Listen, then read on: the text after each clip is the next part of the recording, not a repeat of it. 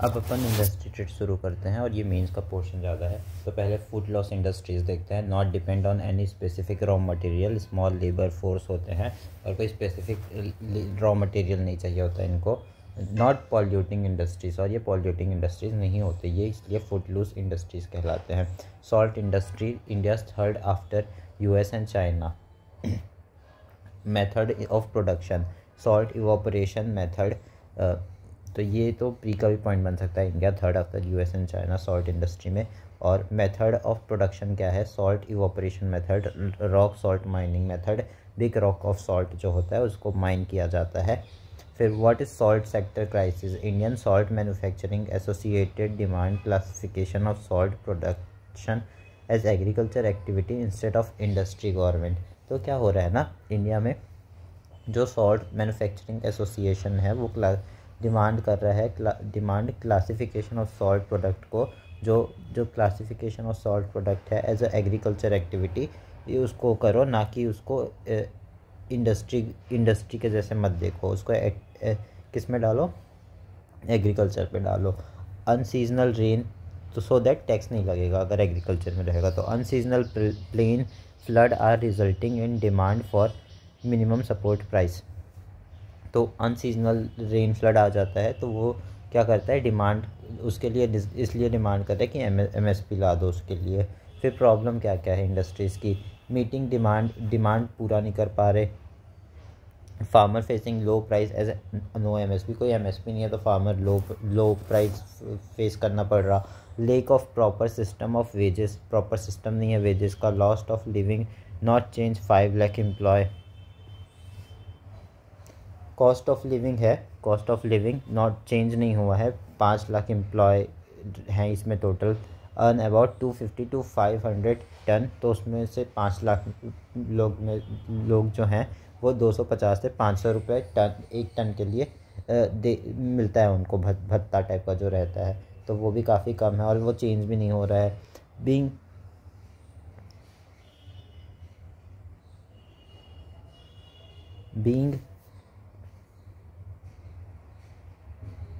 Cheapest ignore by government. Being cheapest ignore by government, तो बहुत सस्ता है तो ये इग्नोर कर देते हैं गवर्नमेंट इसको। British got salt from Mandi और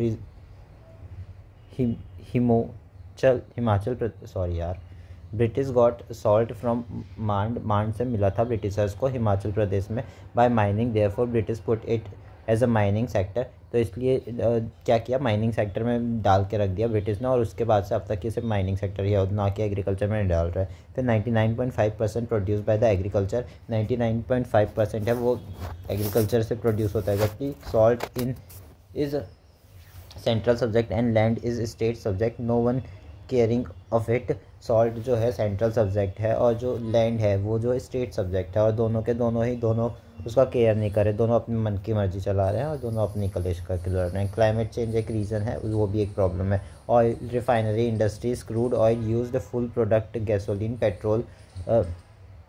Chinese first to refine oil, जो चाइनीज़ थे वो फर्स्ट थे ऑयल को रिफाइन करने के लिए, और crude oil useful product gasoline petrol.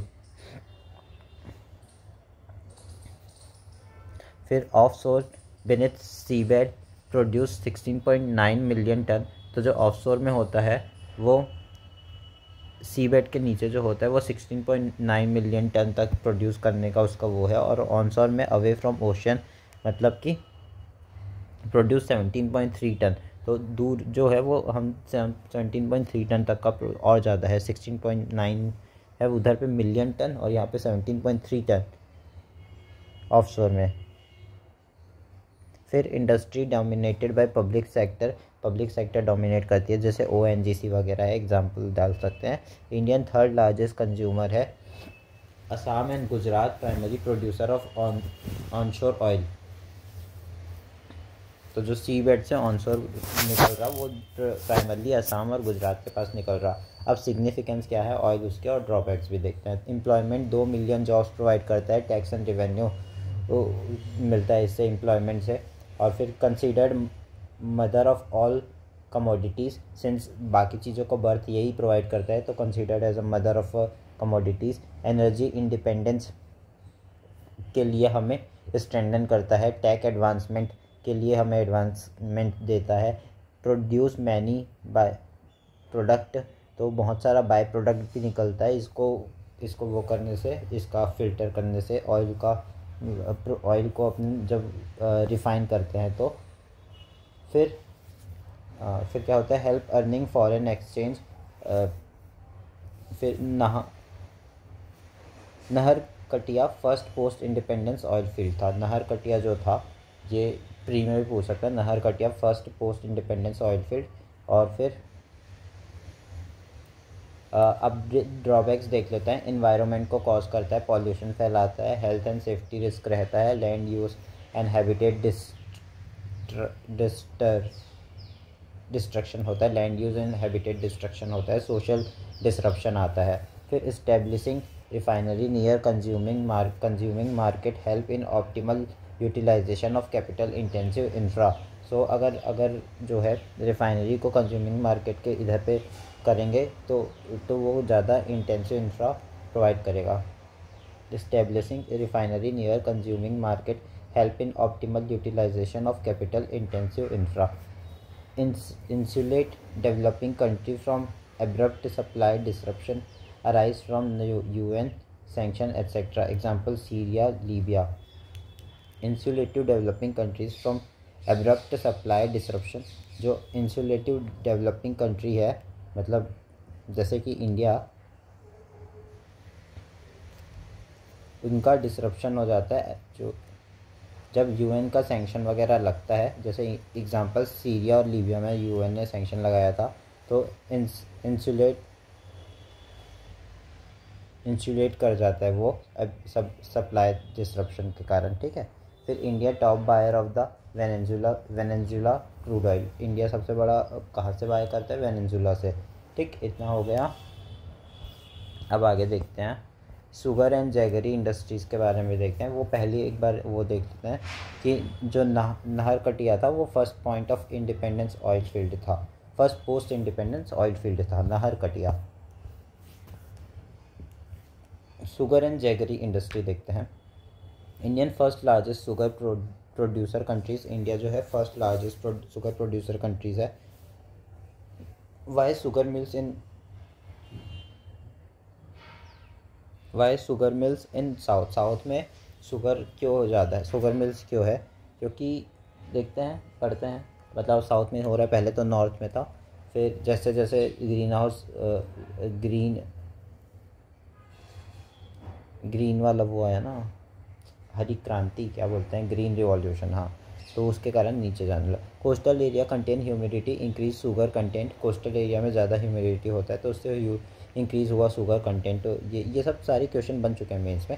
High yield variety in south. High yield variety है साउथ में। स्किल्ड डिसिप्लिन लेबर मिल जाते हैं। Need effective post harvest management, क्योंकि और बाद पे जो पोस्ट हार्वेस्ट है वहाँ पे ज़्यादा इफेक्टिवनेस की ज़रूरत होती है, मैनेजमेंट की ज़रूरत होती है। Soil is well drained and consist black rigger soil. Soil अच्छे से ड्रेन्ड होना चाहिए और वहाँ पे ब्लैक सॉइल या फिर रीगर सॉइल भी कहते हैं जिसको, वो भी है, तो वो भी अच्छा एक फ़ायदा देता है। बायोफ्यूल यूज़ होता है, वह बायोफ्यूल के लिए भी यूज़ कर सकते हैं शुगर इंडस्ट्रीज़ को। तो जो इंडस्ट्री है बायोफ्यूल की वो भी उधर पे ही है, साउथ के साइड पे ज़्यादा। It belong to the bamboo family. Long duration crop 10 to 15 month लेता है। Temperature 21 to 27 degree Celsius. अब लॉन्ग ड्यूरेशन है तो नॉर्थ वाले ये करना नहीं चाहते क्योंकि उनको ज़्यादा चाहिए, वो तो 3 महीने 4 महीने में ऐसे उगा के फिर नेक्स्ट क्रॉप उड़ा लेते हैं वापस। तो टेम्परेचर 21 डिग्री 27 डिग्री। रेनफॉल कितना है? 100 से 150 सेंटीमीटर की ज़रूरत होती है। Most of the industry new in south having good technology. तो काफ़ी जो इंडस्ट्रीज़ हैं वो साउथ में जो नए लग रहे हैं तो सारे वहीं पे ही हो रहा है। तो इसलिए भी एक रीज़न है कि साउथ में ज़्यादा वो जो अपना शुगर जो है उधर पे ज़्यादा उगाने लग गए हैं आजकल लोग, और टेक्नोलॉजी एडवांसमेंट हुआ है तो फिर हमें अब इतना एकदम परफेक्शन वहाँ पे ही उगाना है ऐसा सीन नहीं है। मल्टीपल लिंकेजेस हैं साउथ में तो उसके कारण भी एक रीज़न है। बेटर मशीनरी है तो वो भी एक रीज़न है। प्रॉब्लम ऑफ शुगर इंडस्ट्री क्या है? Yield per hectare is low. फिर high cost of production, high cost of production होता है government policy control. It is based on fair and remuneration price recommend by commission for agriculture loss and prices. तो it is based on the जो FRP के ऊपर based होता है, fair and remuneration price इसमें, और MSP नहीं होता, FRP होता है। Recommended by commission for agriculture cost and prices. फिर state advisory price by state higher than FRP need to pay by sugar mills to farmers. तो क्या होता है, जो स्टेट एडवाइजरी है वो प्राइस को ज़्यादा रखता है, मतलब स्टेट में जो प्राइस है उसको ज़्यादा रखते हैं जितना FRP बोलता है उससे, और उसमें क्या होता है नीड उसमें ज़्यादा पे करना पड़ता है बाय शुगर मिल्स। मतलब उसमें क्या होता है, जो शुगर मिल्स होता है उनको ज़्यादा पे करना पड़ता है वो शुगर जो इसने उगाया है टू फार्मर्स को, ठीक है। फिर रंगाराजन कमेटी होते हैं 2018 में रिकमेंड किया डिस्टेंस नॉर्म्स शुड रिवाइव 2012 में जो आया था। Government under 15 kilometre to sugar mills. तो इसमें क्या बोला, रिकमेंड किया रंगाराजन कमेटी में कि दो किलोमीटर के अंदर अंदर 15 किलोमीटर के अंदर अंदर कम से कम 2 शुगर मिल्स होनी चाहिए करके। फिर कॉटन इंडस्ट्री के बारे में देखते हैं। Cotton industry 25% total global production. First mill open at 1818 in Kolkata but failed.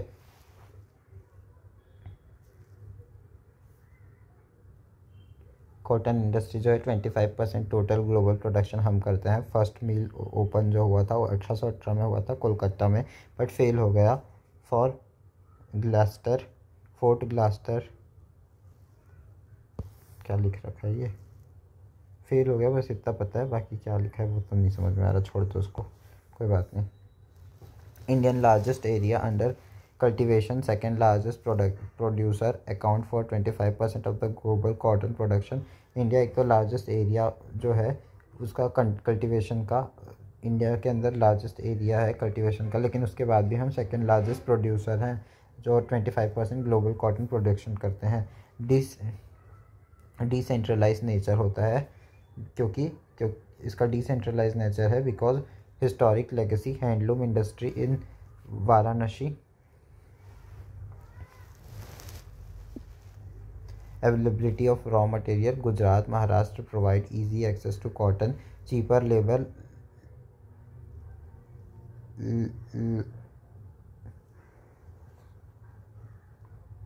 City of Tripura Tamil Nadu employ large number workers, government policy provide subsidy, जो गवर्नमेंट पॉलिसी है वो प्रोवाइड करती है सब्सिडी इसमें। और फिर market dynamics, city of Surat known for synthetics textile, Rajasthan for handloom, traditional and expertise भी है।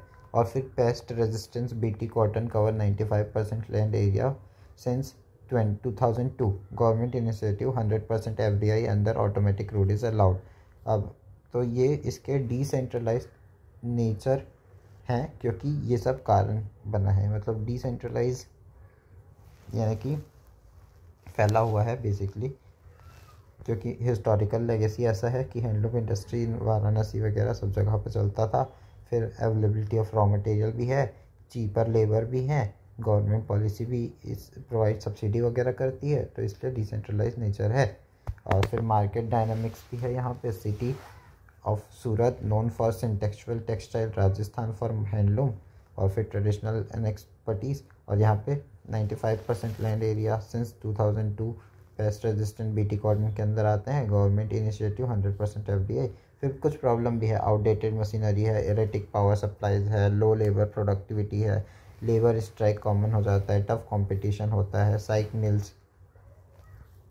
मिल्स होते हैं, मतलब जो बस चालू हैं काम कर रहे हैं बिना प्रॉफिट जनरेट किए। इंडस्ट्रियल कॉरिडोर के सिग्निफिकेंस क्या क्या हैं, promote industrialisation, infrastructure development, job creation, 3 metre direct job,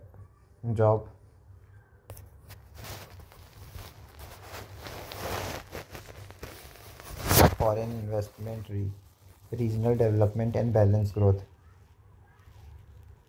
3 metre नहीं है, वो 3 मिलियन है, जो डायरेक्ट जॉब प्रोवाइड करता है इसके इंडस्ट्रियल कॉरिडोर के चलते।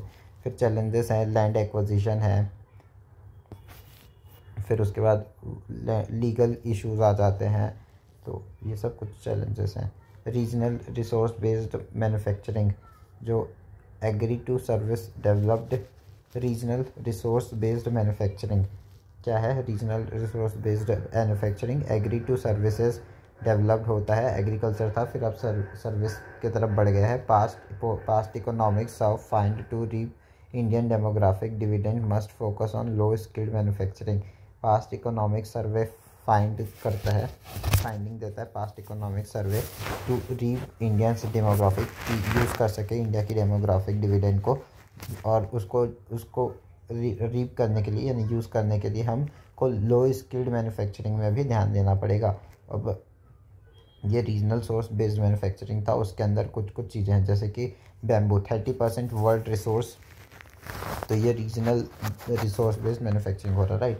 तो 30% वर्ल्ड का रिसोर्स है बैम्बू से बन सकता है। पीन, लेदर एट्सेट्रा 4% बनता है इसी से। फिर शेयर मतलब 4% शेयर ग्लोबल मार्केट में हमारे इंडिया का है।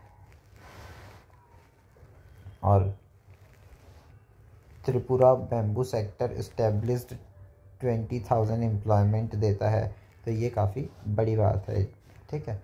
फिर कोयर इंडस्ट्री क्या होता है? सबसे पहले ये देखो, कंटनस्ट हस्क,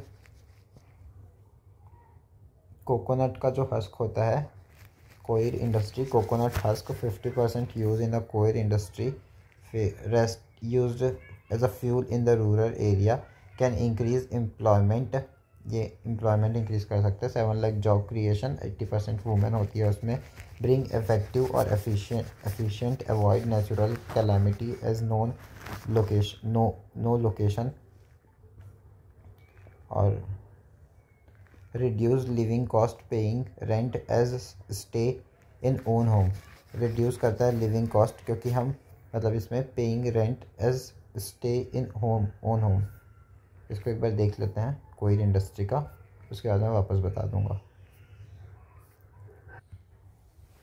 तो जो कोयर इंडस्ट्री था, कोकोनट हस्क का जो ऐसे रस्सी बनता है ना, वो आता है कोकोनट का, तो वो होता है 50% use in coir industry, rest use as a fuel in the rural area, can increase employment, 7 lakh job creation करता है, 80% वुमेन होती है उसमें से। Bring effectiveness efficient, reduce living cost, paying rent as a stay in own home, तो ये जो cost होता है लिविंग रेंट वगैरह के लिए वो बचाता है, क्योंकि इसके लिए इंडस्ट्री की ज़रूरत नहीं होती। फिर localisation of agriculture fruit processing in north west, abundant agriculture produce, example Punjab में 19% टोटल वीट प्रोड्यूस होता है, तो वो उसको हम चेंज कर सकते हैं फूड प्रोसेसिंग इंडस्ट्री के through. Proximity to agriculture source, infrastructure and connectivity से भी हो सकता है इम्प्रूवमेंट, एक्सटेंसिव रोड नेटवर्क दिलवाया जा सकता है। एक्सेस टू मार्केट दिल्ली जैसे है पास पे ही है, तो हो सकता है। Regional specialisation, Haryana milk processing, एक रीजन का एक स्पेशलाइजेशन होता है, जैसे हरियाणा में मिल्क प्रोसेसिंग काफ़ी फेमस है। फिर iron and steel industry, away from raw material basic industry, जो आयरन एंड स्टील को बेसिक इंडस्ट्री भी कहा जाता है। रॉ मटेरियल से दूर क्यों है आयरन एंड स्टील इंडस्ट्री, ये क्वेश्चन आया था। असेस टू बेटर इंफ्रास्ट्रक्चर, जैसे Vizag steel plant first port based plant है, तो ये जो एक्सेस टू बेटर इंफ्रास्ट्रक्चर हो, इसलिए जैसे कि वाइजैक स्टील प्लांट है एक, तो वो फर्स्ट पोर्ट बेस्ड प्लांट है वहाँ पे, तो इसलिए ये ज़्यादा अच्छा है रेदर देन कि जहाँ पे रॉ मटेरियल है वहाँ पे लगा दें। स्किल लेबर से सेल इन रोरकेला में जो स्किल लेबर हैं वो ज़्यादा अच्छे हैं, तो इसलिए यहाँ पे ज़्यादा लग गया सेल, जो मतलब सेल कंपनी का नाम है। फिर market based location where raw material unavailable, example Japan, तो लेकिन मतलब भले रॉ मटेरियल अवेलेबल नहीं है, लेकिन वहाँ का मार्केट तो अवेलेबल बहुत बड़ा है ना, मार्केट बेस्ड, इसलिए जापान पे लगाया है। फिर गवर्नमेंट पॉलिसीज इंसेंटिवाइज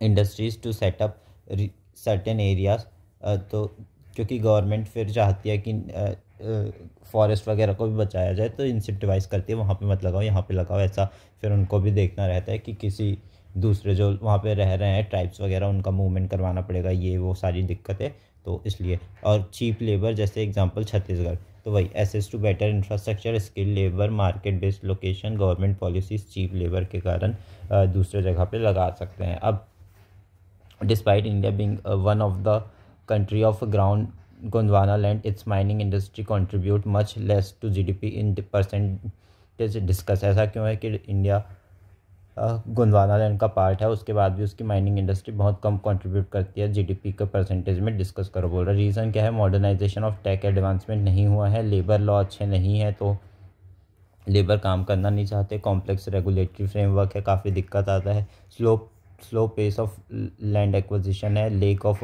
इन्वेस्टमेंट है, इनफॉर्मल सेक्टर्स है, not fully captured in GDP. तो काफ़ी बार ऐसा होता है कि हाँ ठीक है, समझ गया ना। और population growth with large population per capita income lower than overall GDP. तो population growth with larger population per capita income हमेशा कम दिखता है ओवरऑल जीडीपी का। तो significance of straits and isthmus in international trade. Strait क्या होता है? नैरो पैसेज ऑफ वाटर होता है, जबकि इस्थमस क्या होता है? पैसेज ऑफ लैंड होता है। मतलब जैसे कि ये है और ये जो दो चीज़ है और इन दोनों के बीच में जो बन रहा है वो स्ट्रेट बन रहा है, लेकिन फॉर से ये पानी का टंकी है, ये पानी का टंकी है, इन दोनों के बीच में जो बन रहा है वो लैंड है, ठीक।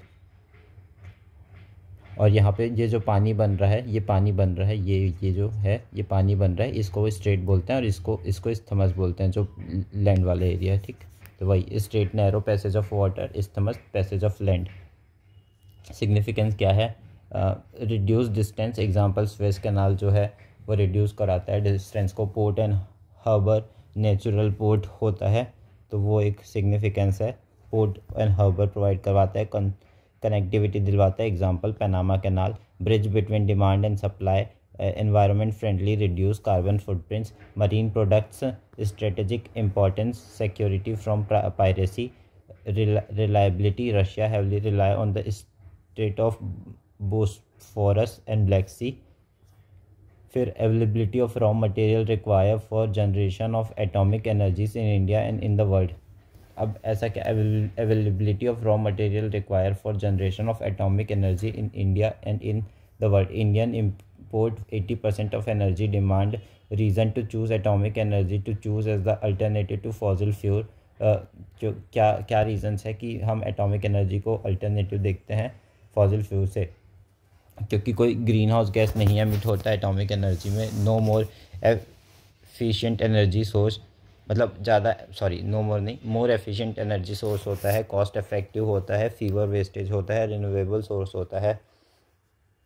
और जो रॉ मटेरियल इन इंडिया है, इंडिया के पास 70,000 ton significant amount of uranium है, जिसको हम major found in Jharkhand, Bihar, thorium और में फाउंड करते हैं इन उड़ीसा, वेस्ट बंगाल, तमिलनाडु। एम क्या है हमारा? 3.5 to 5% बाई 2031 अचीव करना है हमको जीडीपी का इसका। फिर shale gas issue in tapping shale oil and gas. तो एक दिक्कत इसमें क्या है कि इसको इसको इकट्ठा करके नहीं रख सकते, tapping shale oil and gas. The regulatory framework environment impact not fully understand.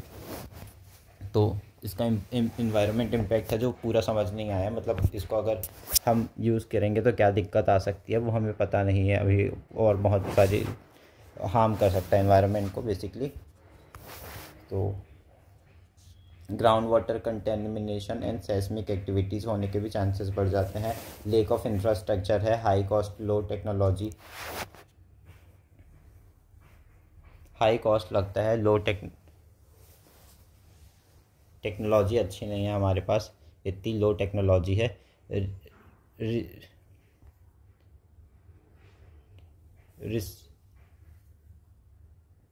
Reserve जो है डीप 5000 फीट में होता है, तो उसको भी निकालना बड़ा दिक्कत होता है।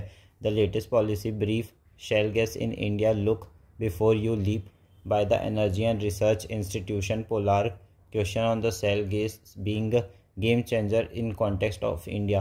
तो जो लेटेस्ट पॉलिसी ब्रीफ है shale gas in India, look before you leap के ऊपर उसने क्वेश्चन रेस किया है। Energy and research institute explore question इन्होंने जो है by the energy and research institute जो है, एनर्जी एंड रिसर्च इंस्टीट्यूट, उन्होंने क्वेश्चन रेज किया कि shale gas being the game changer in context of India और not, the extract shale gas required hydraulic fracturing, तो वो भी एक दिक्कत है। To extract shale gas required hydraulic fracturing, तो ये सारे प्रॉब्लम्स आते हैं सेल गैस में। क्या क्या इश्यूज़ है पूछ रहा था क्वेश्चन में, तो वही issues in tapping shale gas, oil gas, the regulatory framework अच्छा नहीं है, ग्राउंड वाटर कंटेमिनेशन होता है, लेक ऑफ इंफ्रास्ट्रक्चर है, एंड सेस्मिक एक्टिविटी के कारण भी दिक्कत आता है इसमें। फिर high cost low technology, cost बहुत ज़्यादा है जबकि टेक्नोलॉजी तो लुल्लू भर का है। रिजर्व जो है डीप 5000 फीट में है, वो भी एक दिक्कत है। फिर एनवायरनमेंट वर्सेस इकोनॉमिक बैलेंस क्या है, agenda 21 UNCED blueprint for sustainable development आया था, एजेंडा 21 UNCED का बोला blueprint for sustainable development. Loss of biodiversity, example Dal lake Srinagar में लॉस हो रहा है वहाँ पर बायोडाइवर्सिटी डल लेक पे, ठीक है। एनवायरनमेंट वर्सेस इकोनॉमिक बैलेंस, तो ये सब दिक्कत हुआ। फिर वाटर क्वालिटी भी, reclaimed water body can become pollutant due to urban run off, तो reclaimed water body can become pollutant हो सकता है, और due to urban run off के कारण पॉल्यूटेंट हो सकता है, तो वो भी एक दिक्कत है। अब example, Cooum river, Sabarmati river in India जो है वो कंटेमिनेटेड वाटर के कारण ख़राब हो रहा है। फिर क्लाइमेट चेंज भी एक प्रॉब्लम है। फिर एनवायरनमेंट हैज़ार्ड्स भी एक प्रॉब्लम है। Regional development and planning, regional development and planning क्या है, change in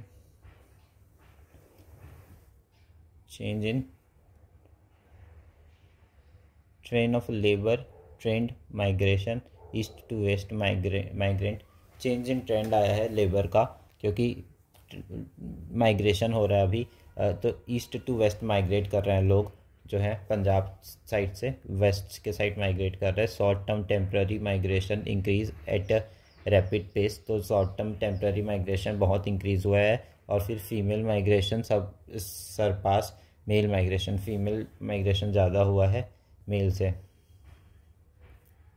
part of India, belief of developed country, west developed country in middle east, Pak worker reduce as they do crime, India even more increase.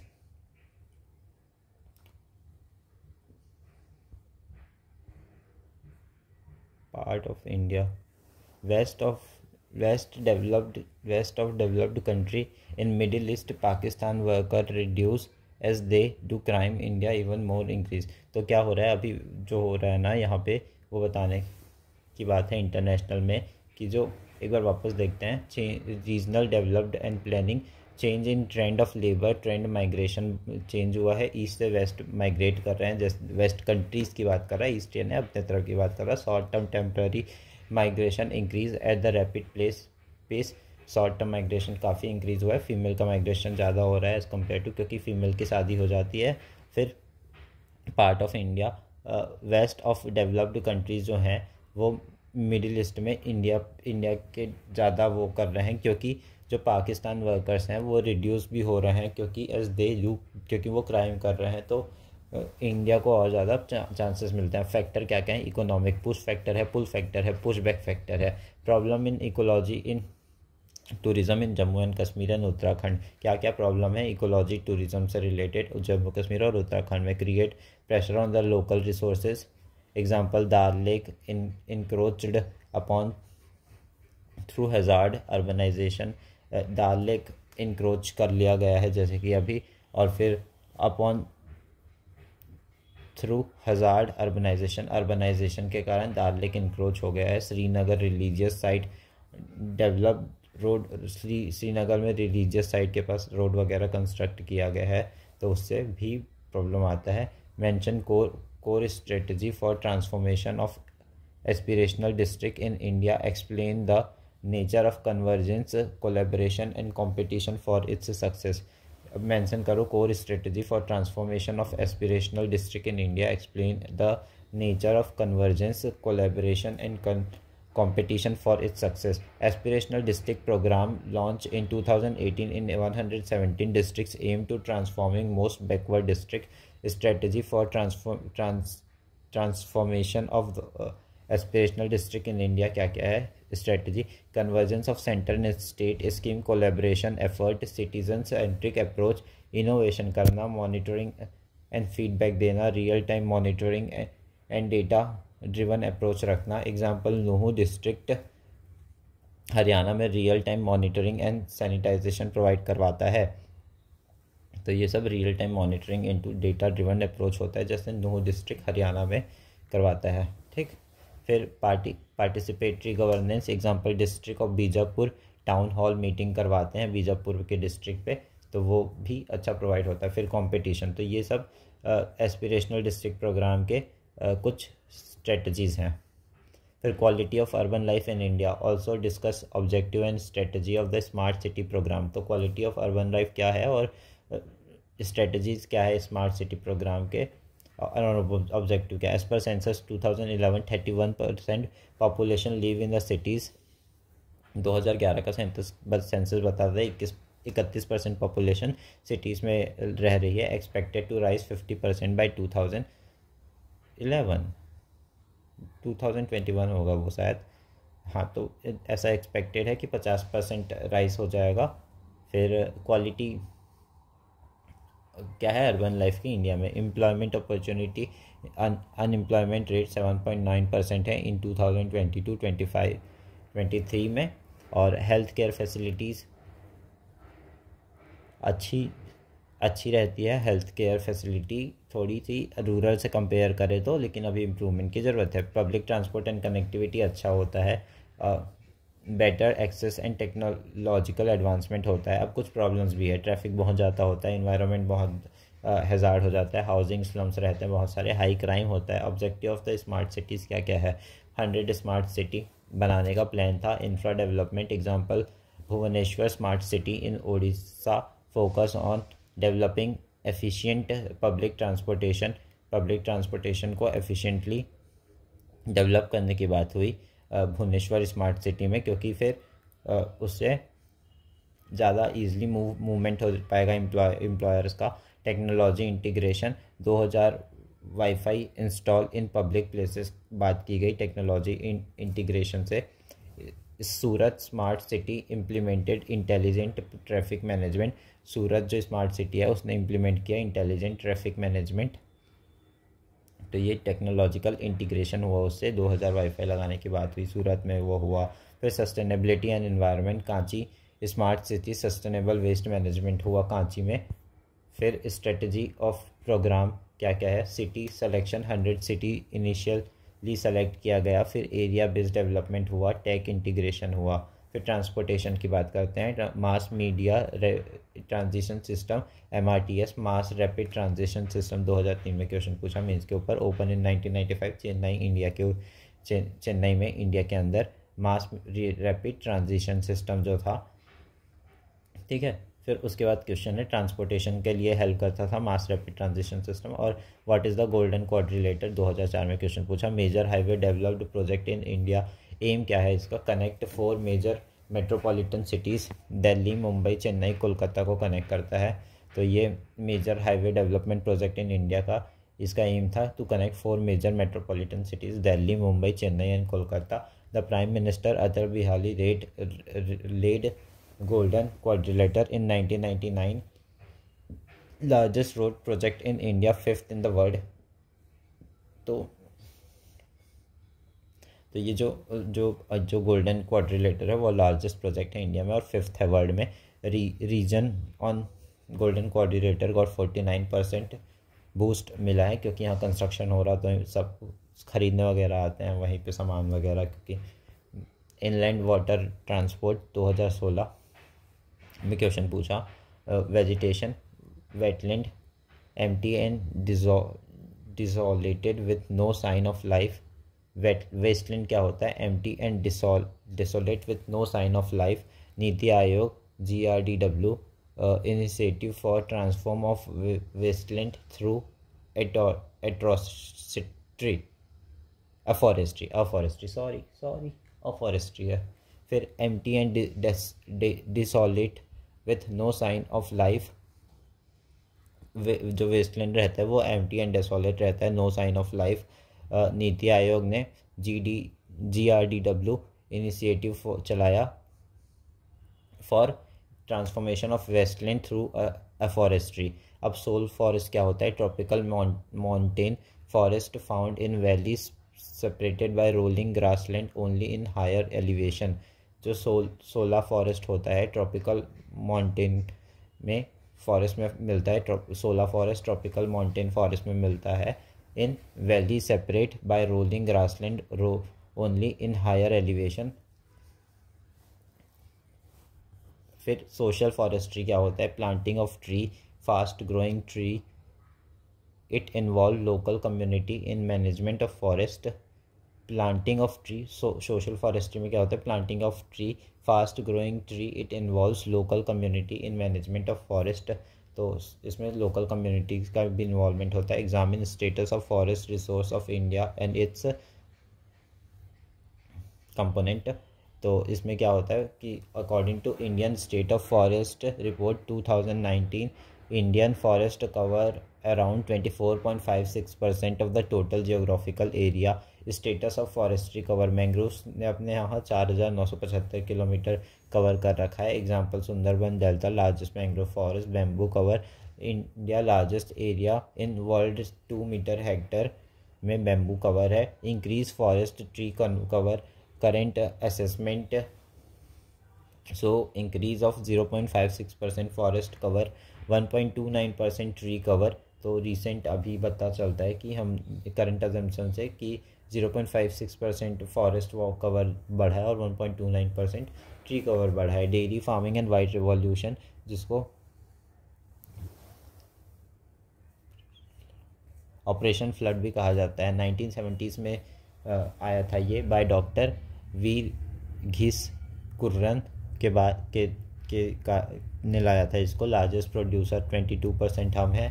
फिर aim क्या है? Increase milk production, replicate successful Anand model of dairy cooperatives, increase to rural income, reasonable price for consumer करना। फिर rising milk price 42 to 60 हो गया। Problem क्या है? अभी इसमें कुछ प्रॉब्लम्स है, जैसे बहुत ज़्यादा प्राइस बढ़ा नहीं है, 42 से सिर्फ 60 हुआ है। इन्फ्लेशनरी प्रेशर बहुत ज़्यादा है, बहुत महंगाई है। इंक्रीज इनपुट कॉस्ट, जितना इन्फ्लेशन बढ़ रहा उतना दूध का रेट नहीं बढ़ रहा। और इंक्रीज इनपुट कॉस्ट ज़्यादा हो जाता है जितना उन लोग को आउटपुट नहीं मिलता। How can be achieved? Use sex sorted semen technology, जैसे कि 90% चांसेस है कि फीमेल क्लेव्स बॉर्न होगी तो उससे ज़्यादा फिर मिल्क होगा। तो अगर सेक्स सॉर्टेड सीमन यूज़ करेंगे तो। Establishment of bovine breeding centres by Amul to breed nucleus herd of the superior bull and cows. तो इस्टेब्लिश करो बोइन ब्रीडिंग सेंटर को सो दैट ब्रीड कर सकें nucleus herd of superior bulls and cow. फिर roads के ऊपर देखते हैं, इट इज़ अनमेटल्ड रोड। 1975 में first serious attempt made when Nagpur plan was drawn. जब नागपुर प्लान ड्रॉ किया गया तो उस टाइम पहली बार ये अटेम्प्ट किया गया कि कैसे रोड्स को कंस्ट्रक्शन करेंगे। फिर highways 80 metre wide metalled road, 80 metre wide highway बनाने की बात चली। जो मेटल्ड रोड होगा, northern America highway density high. तो जो नॉर्थ अमेरिका का हाईवे है उसकी डेंसिटी काफ़ी ज़्यादा है। फिर इंडिया में NH7 जो अर्ली NH4 जो पहले NH7 था उसको अब NH44 कहते हैं। कनेक्टिंग वाराणसी विथ कन्याकुमारी, वो जो वाराणसी को कन्याकुमारी से कनेक्ट करता है उसी को NH44 कह देते हैं अब। तो फिर आगे देखते हैं national highway authority of India, जो 1995 में सेटअप हुआ था। Autonomous body under ministry of surface transport के अंदर हैं। और बॉर्डर रोड्स हैं बाय BRO। अटल टनल बनाया गया इनके द्वारा पीर पंजाल एरिया में 1960 में BRO इस्टेब्लिश हुआ था। 9.022 मीटर कुछ का है ऐसा। अटल टनल। और इंडिया हैज़ 3.34 मीटर 3.3 मीटर कुछ India has 3.34 million road network, second largest in the world है हमारा रोड नेटवर्क। तो फर्स्ट कौन सा है बताओ तुम लोग? चाइना है क्या? चाइना है क्या? हाँ शायद चाइना है, या यूएस भी हो सकता है, लेकिन इंडिया सेकेंड है, ये याद रखना। एक बार मैं देख के बता भी देता हूँ कि फर्स्ट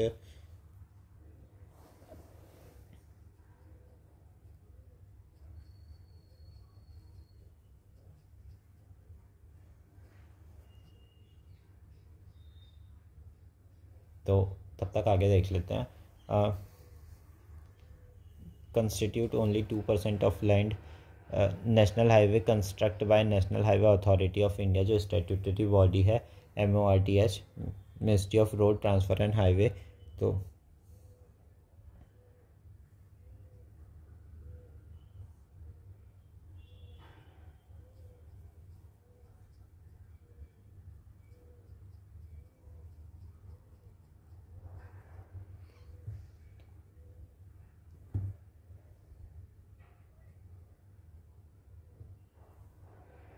यूनाइटेड स्टेट है, उस पर हाईएस्ट, उसमें हाईएस्ट रोड्स हैं। उसके बाद इंडिया आएगा, ठीक है। उसके बाद all north south oriented in even no increasing from east to west. तो एक बार वापस देख लेते हैं यहाँ पे जो छूटा था। National highway construct by NHIA, national highway authority of India जो बनाता है नेशनल हाईवेज को, स्टैट्यूटरी बॉडी है, ministry of road transfer highway के अंदर। Constitutes only 2% of the land, 45% of total इन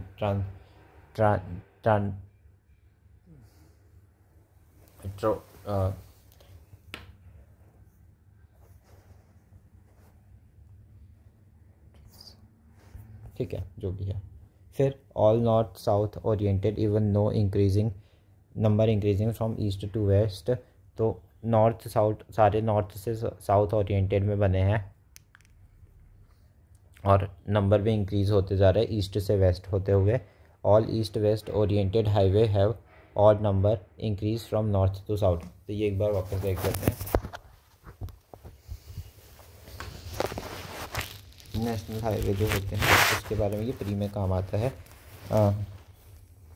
जो नेशनल हाईवे है constructed by NHIA, all north south oriented even number increasing from east to west. तो पहले जैसे national highway का number दिया जाता है तो ईस्ट से वेस्ट जैसे रहेगा वो बढ़ते जाएगा। जैसे ईस्ट में 2 नंबर है, वेस्ट में फिर 200 तक पहुंच जाएगा। और फिर क्या होता है, all east west oriented highway have odd number increasing from north to south. तो जो सारे ईस्ट वेस्ट ओरिएंटेड हाईवे हैं, ईस्ट से वेस्ट साइड चलने वाले हाईवेज़ हैं, उनका ऑड नंबर रहता है और वो इंक्रीज़ होता है नॉर्थ से साउथ के टूवर्ड्स पे, ठीक है। जैसे जैसे वो बढ़ेगा वैसे वैसे उसका नंबर बढ़ेगा, ऊपर पे 2-4 ऐसे रहेगा, नीचे पे बढ़ता जाएगा। फिर मिनिमम टाइप होते हैं surface mining known as the open cast mining, deep below surface underground mining method होता है। Surface mining known as the open cast mining, surface mining known as the open cast mining, deep below surface होता है, underground mining method होता है। Mining के भी type होते हैं, सरफेस माइनिंग और डीप बिलो सरफेस, ठीक है। Footloose industries not dependent on raw material, जो फुटलॉस इंडस्ट्रीज़ हैं वो डिपेंड नहीं करते रॉ मटेरियल पे, उसको कहते हैं footloose industries. Produce small quantity in small place, not polluting industry generally. Cottage industry manufacturing carried by people home, जो कॉटेज इंडस्ट्री होता है वो मैन्युफैक्चरिंग होता है पीपल के द्वारा, घर पे जो बैठ के करते हैं उसको कॉटेज इंडस्ट्री बोलते हैं। टूरिस्ट अट्रैक्शन जैसे कि climate, landscape, history and art और ये सब होता है, और इकोनॉमी वगैरह ठीक करता है, बस यही सब है। अब मेडिकल टूरिज़्म इन इंडिया की बात करेंगे। India ranked 10th in the Medical Tourism Index for 2020-21 issue related to medical wellness tourism in India. Language and cultural barriers है पहला। फिर दूसरा एथिकल कंसर्न रहता है। Central overseas medical care not covered, तो जो सेंट्रल ओवरसीज मेडिकल केयर को cover नहीं करते, सेंट्रल ओवरसीज जो आते हैं उनके ऊपर मेडिकल केयर को कवर नहीं किया जाता बाय इंश्योरर जो होता है। अगर कोई आप बाहर जा रहे हो या ओवरसीज़ है, उन लोग को कोई इंश्योरेंस नहीं मिलता। बेसिकली उन लोग आते हैं इंश्योर कराते हैं, तो उन लोग को नहीं मिलता अपने यहाँ। फिर रीजनल कंपटीशन एग्जांपल सिंगापुर और रीजनल कंपटीशन है सिंगापुर और थाईलैंड वगैरह जैसे कंट्री से। हमको स्टेप टू प्रमोट क्या क्या है, मेडिकल वीज़ा इंट्रोड्यूस कर सकते हैं, e medical visa and e medical attendant visa also introduce in 156 countries. फिर national strategy and road map for medical and wellness tourism 2022 में लाया गया था। की पिलर्स क्या क्या हैं इसके, develop a brand, strengthen ecosystem करो, ब्रांड बनाओ, इनेबल डिजिटलाइजेशन करो, इन्फोर्स एक्सेसिबिलिटी, इन्हेंस करो एक्सेसिबिलिटी को, अपॉर्चुनिटी दो, ह्यूज डिमांड जो है उस जो अपॉर्चुनिटी है उसका यूज़ करो, जैसे ह्यूज डिमांड है। क्रॉस बॉर्डर टेली मेडिसिन का भी यूज़ कर सकते हैं। आयुष एलिलोपैथी, आयुर्वेदा, योगा, यूनानी, सिद्धा and homeopathy.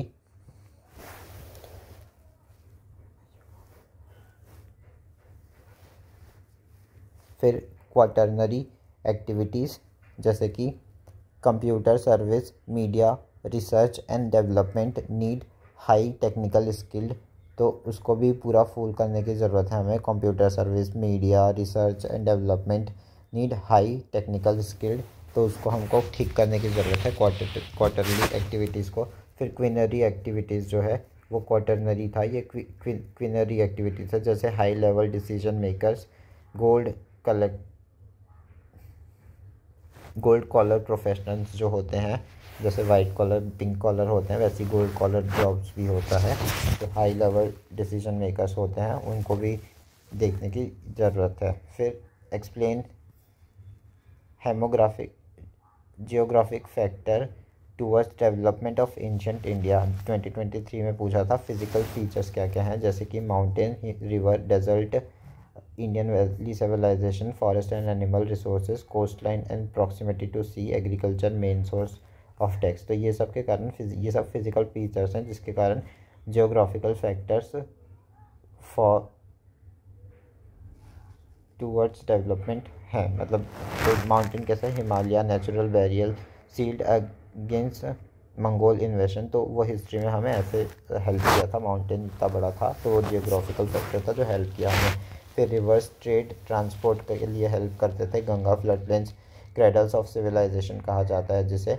Desert encourage caravan trade, जो इनकरेज किया कि कारवान ट्रेड जो मूव करते हैं ना इधर से उधर, उन लोग को डेजर्ट ने जैसे कैमल में जो मूव करते हैं। फिर IVC based on Indus and tributaries, IVC Indian valley civilization है जो बेस्ड था इंडस रिवर के ऊपर एंड उसके ट्रिब्यूटरीज के ऊपर, उसने भी हमें काफ़ी हेल्प किया। फिर forest and animal resources, elephant unit of the Magadh and Nanda ensure dominance in east India, जैसे एलिफेंट यूनिट ऑफ मगध और नंदा इंश्योर किया कि डोमिनेंस रहे ईस्ट इंडिया पे, तो उससे भी हम प्रोटेक्ट कर पाए खुद को। तो ये भी एक एनवायरनमेंट के फैक्टर ही हैं ऑब्वियसली एनिमल्स, है ना। Coast line and proximity to sea, जो हमारा सी के बगल पे प्रॉक्सिमिटी ज़्यादा अच्छा था तो हमें कोई जल्दी वो नहीं कर पाता था, हमें पता चल जाता था, दिन भर लड़ाई नहीं होती हो रहती थी नीचे पे, तो ये सब था। फिर coast line and proximity to sea हो गया। फिर agriculture main source of tax था, तो वो उससे भी हमें इकोनॉमिकली फ़ायदा हुआ। अब bring out socio economic effect of introduction of the railways of different countries in the world. क्या क्या सोशो इकोनॉमिक इफेक्ट हुआ by introducing railways in different countries of the world. The introduction of railway facilitated by the Industrial Revolution had large socio-economic effect in the different country. In United Kingdom lead to the formation of suburbs as white collar workers thus moved out of inner cities, increasing mobility and accessibility. तो इसके कारण सब अब्स बने, मतलब कि जो सब अब्स क्या होते हैं, जो अर्बन एरिया के आउट कोस्ट पे रहते हैं, मतलब बाहर इलाका पे रहते हैं, वो मूव कर सकते थे अर्बन एरिया। फिर रशिया में क्या हुआ, trans Siberian railway read residential development of far east and Russia due to far east का डेवलपमेंट हुआ due to supply from western steps.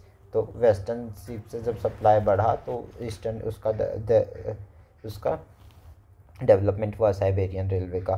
फिर रशिया में st Petersburg to Vladivostok, saint Petersburg to Vladivostok Russia पे ही है, तो वही trans Siberian railway है। और सेंट पीटर्सबर्ग टू व्लादिवोस्टॉक है और लॉन्गेस्ट रूट 9332 किलोमीटर का है रशिया में। इंडिया में क्या है, सोशो इंटीग्रेशन हुआ of large part Mahatma Gandhi Indian railways brought people of diverse culture to contribute to India in freedom struggle. तो अब ये ऐसे स्टेटमेंट भी बन सकता है। तो रेलवेज के ऊपर भी थोड़ा बहुत बताना पड़ेगा। अफ्रीका सोशल इंटीग्रेशन करवाया। ऑस्ट्रेलिया में trans Australia railways connected western and eastern colonies with railroad between Sydney and Perth leading political stability। तो क्या हुआ, ऑस्ट्रेलिया में ट्रांस ऑस्ट्रेलिया रेलवे जो था उन्होंने trans Australian railways connected western and eastern colonies, उन्होंने वेस्टर्न और ईस्टर्न कॉलोनीज को कनेक्ट कराया। किसके, rail road between Sydney and Perth leading political stability, उससे क्या हुआ, पॉलिटिकल स्टेबिलिटी आया। अब नेगेटिव इम्पैक्ट क्या क्या है, British colonial railways resource exploitation, British ने ऑब्वियसली तो किया ही है colonial railway resource exploitation, displacement of communities, large rail network, US China Russia India, ये लार्जेस्ट रेलवे नेटवर्क सबसे ज़्यादा यूएस में है, फिर चाइना में, फिर रशिया में, फिर इंडिया में।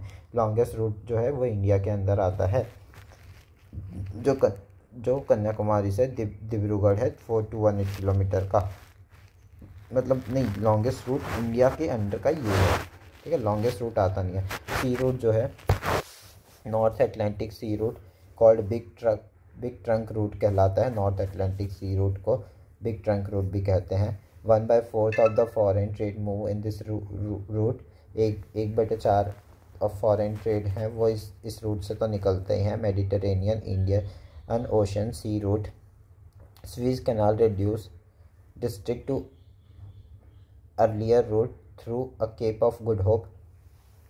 Mediterranean Indian Ocean sea route जो है वो स्विस कैनाल रिड्यूस करता है distance to earlier route through a cap of good hope. पहले केप ऑफ गुड होप से जाते थे, तो लेकिन अब जब से मेडिटेरेनियन इंडियन ओशन मतलब हुआ है वो, तो स्विस कैनाल रिड्यूस कर दिया है टाइम को।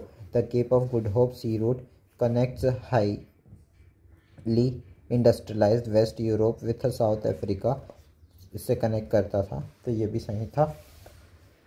जबकि इंडिया को वैसी केप ऑफ गुड होप से जाना पड़ता था, वो दिक्कत वाली बात थी। The southern Atlantic sea route जो है connects western Europe country and western African countries, traffic is less.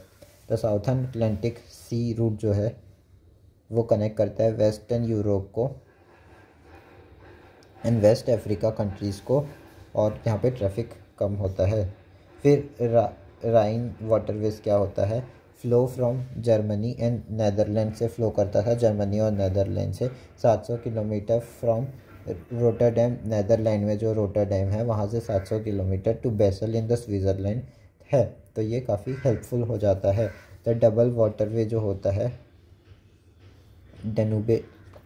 The डेनूबे waterway जो है इम्पॉर्टेंट इनलैंड वाटरवे है, rises in black forest and flow eastward many countries.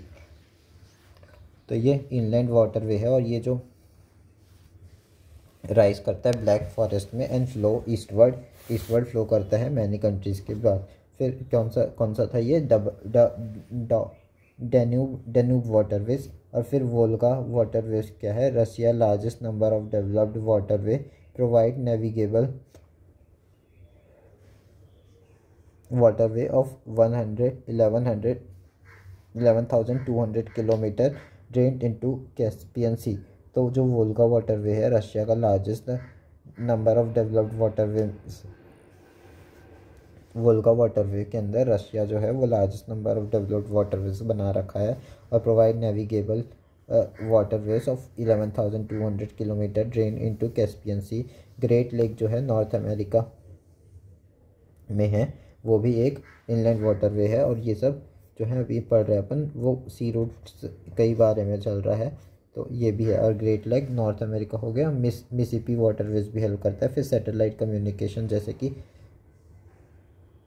Aryabhata 19 अप्रैल में हुआ था जो लॉन्च, तो वो हेल्प करता है satellite communication. Bhaskar 1979, Rohini 1980, Apple 1981, ये सब अपन ने लॉन्च किया है और ये अपना काम का है। फिर हिस्ट्री ऑफ इंटरनेशनल ट्रेड क्या है वो अपन देखते हैं नेक्स्ट वीडियो पे, ठीक है। यहाँ पे इतना हो गया, तो एक बार इसको रिवाइज कर लेते हैं। जो वाटरवेज है, सी रूट जो है, north Atlantic sea road called big trunk road, और 1/4 foreign trade move this region. फिर Mediterranean Indian Ocean sea road, फिर the cap of good hope sea road, फिर the southern Atlantic sea route जो है वो connect west Europe country with the west Africa country, southern Atlantic sea route. फिर Rhine waterways जो है वो Germany और नेदरलैंड के बीच में जो है 700 किलोमीटर का, वो रोटरडैम जो नेदरलैंड पे है to Brussels and the Switzerland को कनेक्ट करता है। फिर द डबल वाटरवे जो होता है वो इंपॉर्टेंट इनलैंड वाटरवे है, rise in the black forest in the flow in the eastward many countries. Volga waterways Russia के लिए इंपॉर्टेंट है।